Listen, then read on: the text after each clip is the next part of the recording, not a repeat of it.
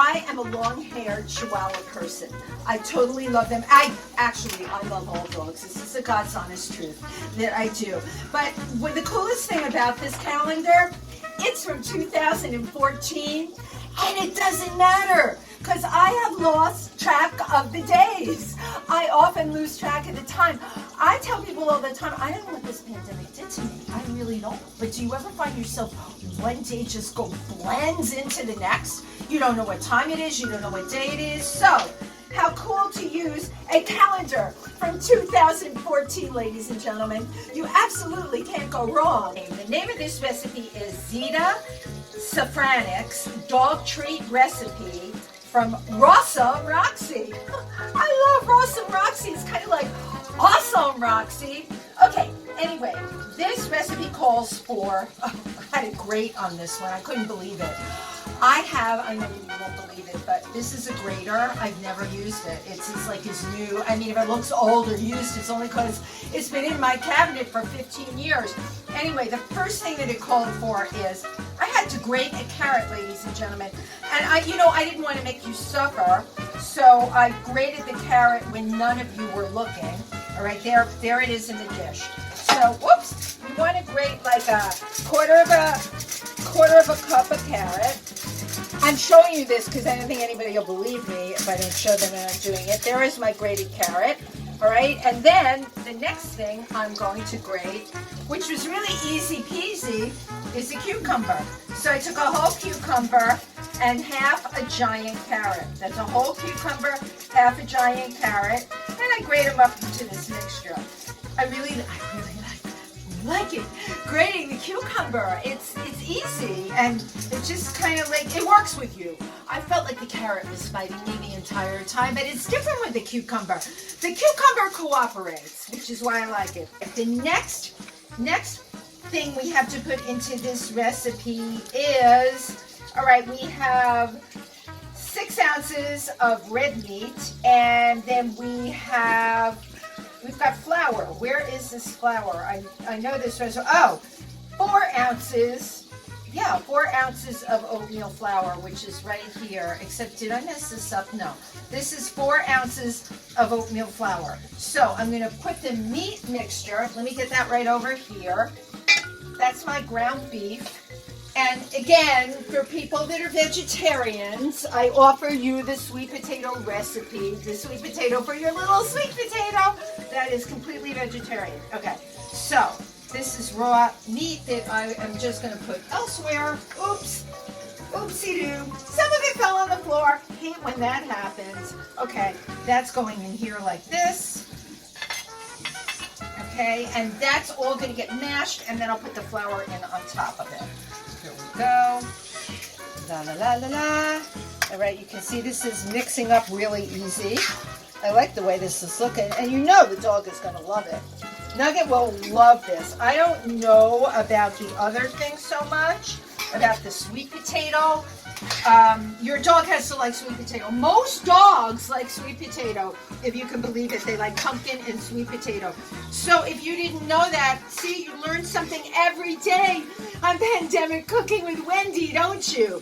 All right, now, next we're ready for the flour.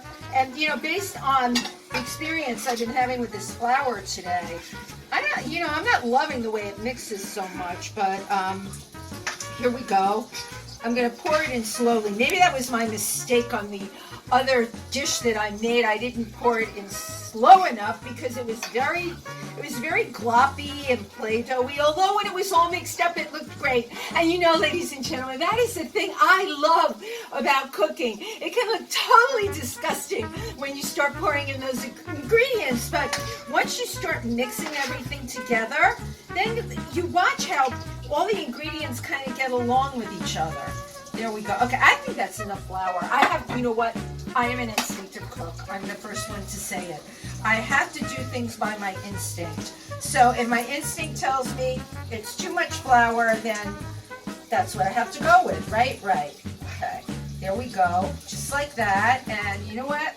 I am going to I'm not pouring in. I'm going to mix in a little more chopped meat because to me, if you're a dog, If you're a dog, it's all about the chopped meat, isn't it? So there we go. It's a good thing I held back that piece.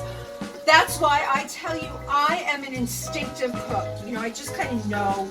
I know what to do a lot of the time. And a lot of the time, it's not what the recipe tells you. You know, you learn a lot from cooking. You learn that it doesn't have to do with your politics. It doesn't have to do with what people think of you. It more has to do with your instincts, what you feel in your heart, right? It doesn't have to do with like what you feel in your heart. Okay, so I'm feeling in my heart that this is getting mixed up just the way I want it. Here we go. And when I'm done mixing it, it too will go on a cookie sheet and go in the oven. And then we're gonna do a little taste test. I'm gonna get Nugget and see if he'll eat it. Okay, and now the true kitchen taste tester is here. Nugget will let us know what he thinks of this. What do you think? Yeah, he wants everything a dog could possibly desire. Okay, Nugget, let's show them how it's done. Here you go. I'll give you a little piece right here. The proof is in the Chihuahua. Thank you, everybody, for joining me for this special segment of Pandemic Cooking with Wendy. Would you like another piece? Yeah, he would. He likes Wendy's cooking. That's right. Mama's a good cook. Yeah, and you can do this for your dog, too. See you next time. How is that? Is that good, Doggy? Good boy. That's really good. Made really, really good stuff for him.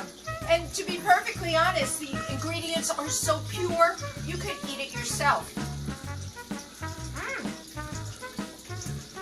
Really, really good. And Ruby, yeah, there we go. Thank you. Look at this. It is a meal fit for a king, which is your dog, right? Your dog is king or queen or however you want to look at it. Really, really delicious stuff. Only good, wholesome ingredients. We've got sweet potato, carrots, eggs, and whole wheat flour, and some cucumber, and nothing more. Really good, pure food for your dog and for you too. I actually tasted one of these. Out of this world. Okay, need a little salt. But don't put salt on it for your dog. Thank you so much for tuning into this special episode of Pandemic Cooking with Wendy.